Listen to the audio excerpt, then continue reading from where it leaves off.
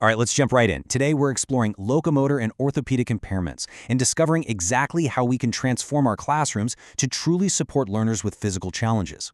If you've ever looked around your classroom and wondered how to make it a place where absolutely every student can thrive, regardless of their physical abilities, well, you're in the right place. More importantly, we're going to see how you, as the educator, have the profound power to remove barriers and create an environment of genuine inclusion. So, let's get started.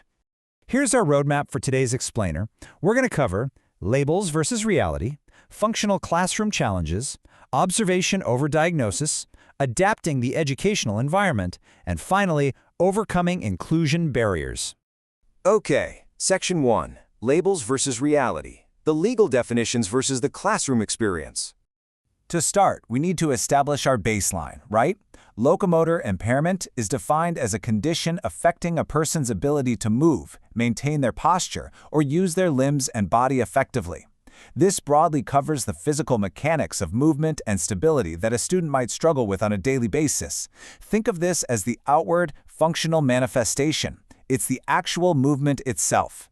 Now, on the flip side, we have orthopedic impairment. This refers more broadly to conditions affecting the bones, joints, muscles, or other structures of the musculoskeletal system that impact physical functioning. Basically, these are the underlying structural conditions in the body, the hardware, if you will, that often cause those very movement challenges we just talked about. Interestingly, the Rights of Persons with Disabilities Act of 2016 gives us these specific medical categories. We're talking about things like cerebral palsy, muscular dystrophy, or being an acid attack victim. Now, this legal classification is incredibly important for formal certification and rights protection, for sure. But, and this is a really big but, it's not the whole story for us as educators standing at the front of a classroom. And here is the crucial takeaway. Classification alone simply doesn't tell us what support a particular learner actually requires. You could have two students with the exact same medical label, say cerebral palsy, who have wildly different functional needs when they sit down at a desk. One might need a specialized keyboard, while the other just needs their desk raised an inch. The label doesn't teach the student. You do. Moving on to Section 2, Functional Classroom Challenges, Viewing Impairments Through the Lens of Daily School Life. Let's see how this translates into the functional reality of a student's day. Rather than diagnosing conditions, we need to recognize specific points of environmental friction. Mobility might mean a student struggles just walking through the school gates or climbing stairs. Posture affects their ability to sit comfortably for a 45-minute lesson without pain. Hand use, that can make simply holding a conventional pen or operating a microscope incredibly difficult. And perhaps the most overlooked factor of all is fatigue. For some learners, everyday activities that you or I might completely take for granted require an immense, draining amount of physical effort. Which brings us to a fundamental truth of inclusive education. Let's get this absolutely straight. A learner may understand a task perfectly well, but they might just need additional time to physically complete it. We have to constantly remind ourselves that physical fatigue or a lack of fine motor skills has absolutely nothing to do with a student's intellectual capacity to grasp complex concepts. They are entirely separate things. All right, Section 3, Observation over Diagnosis, Empowering the Educator's Role. This is a major paradigm shift regarding what your specific job is and isn't as an inclusive teacher. Let's dive into this simple, profoundly liberating fact. Teachers do not diagnose locomotor or orthopedic impairments. You don't need a medical degree to be an incredible inclusive educator. Leaving the medical diagnostics and certification to the doctors actually frees you up to do what you do best. Be a brilliant, observant teacher. There's a really clear contrast here. Medical diagnosis belongs to doctors. It's about labels and formal paperwork. But your domain? Your domain is educational identification.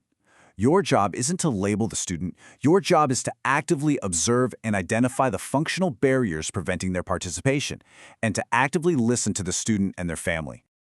So we have to ask ourselves, what functional barriers can a teacher actively observe in the classroom? By asking ourselves this exact question, we shift from being passive recipients of a student's medical file to being active problem solvers in our own space. So what does this actually look like in practice? Well, it might mean noticing if a student has difficulty moving around the desks, or maybe they're shifting constantly because of discomfort in their seat. Are they struggling to manipulate blocks, rulers, or textbooks? Are they consistently unable to finish writing a test within the time limit? By keenly observing these specific struggles, you can pinpoint exactly where the classroom environment is failing the student. Section 4. Adapting the Educational Environment. The Inclusive Teacher's Practical Toolkit. Now that we know what to observe, it's time to act.